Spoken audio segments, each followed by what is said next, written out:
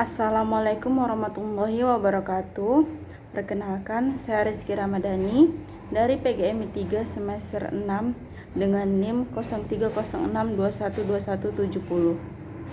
Di sini saya akan mereview dari dua materi. Yang pertama, perencanaan dalam administrasi pendidikan.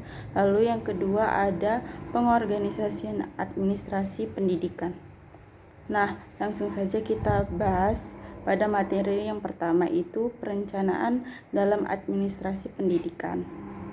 Nah, untuk pengertiannya adalah perencanaan merupakan fungsi dari administrasi. Nah, perencanaan juga adalah suatu proses mempersiapkan alternatif keputusan bagi kegiatan yang akan diarahkan dan dilakukan pada waktu yang akan mendatang.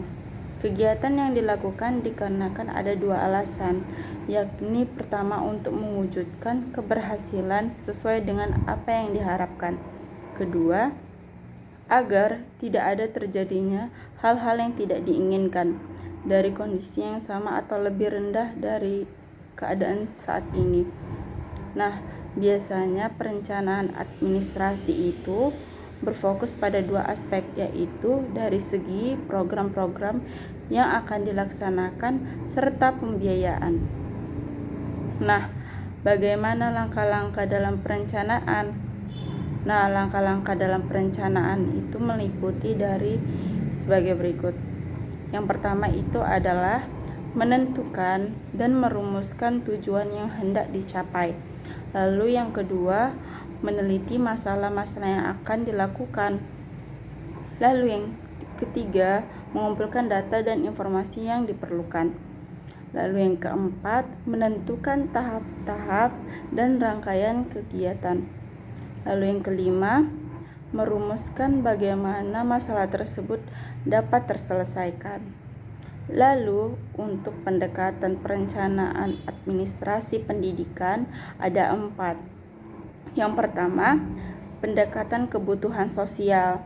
Nah, fokus atau tujuan yang hendak dicapai dalam pendekatan kebutuhan sosial menekankan pada pemenuhan kebutuhan pendidikan bagi masyarakatnya atau siswanya. Lalu yang kedua ada perencanaan pendekatan ketenagakerjaan pendidikan. Perencanaan pendidikan menggunakan pendekatan mengutamakan keterkaitan antara output atau lulusan layanan pendidikan di setiap satuan pendidikan dengan tuntutan atau keterserapan akan kebutuhan ketenaga kerja di masyarakat. Lalu yang ketiga, pendekatan keefektifan biaya. Nah, inilah yang paling penting. Pendekatan ini berorientasi pada konsep investment in human capital atau investasi pada sumber daya manusia. Nah, pendekatan ini sering disebut pendekatan untung rugi. Pendekatan untung rugi mempunyai implikasi sesuai dengan prinsip ekonomi, yaitu program pendidikan yang mempunyai nilai ekonomi tinggi. Lalu yang keempat, pendekatan integratif. Perencanaan pendidikan yang menggunakan integrasi atau terpadu dianggap sebagai pendekatan yang lebih lengkap dan relatif lebih baik dari ketiga pendekatan. Pendekatan ini sering disebut dengan pendekatan sistematik atau pendekatan sinergi. Baik, untuk materi selanjutnya itu adalah pengorganisasian administrasi pendidikan.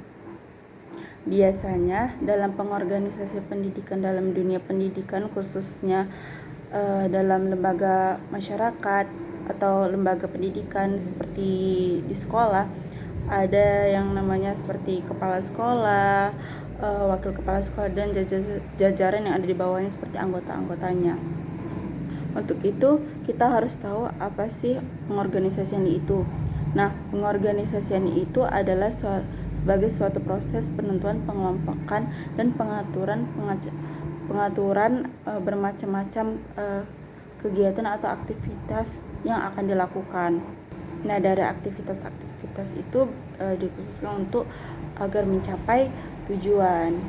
Menempatkan orang-orang pada setiap aktivitas ini, menyediakan alat-alat yang diperlukan, menetapkan wewenang yang secara relatif didelegasikan pada setiap individu yang akan melakukan aktivitas-aktivitas tersebut.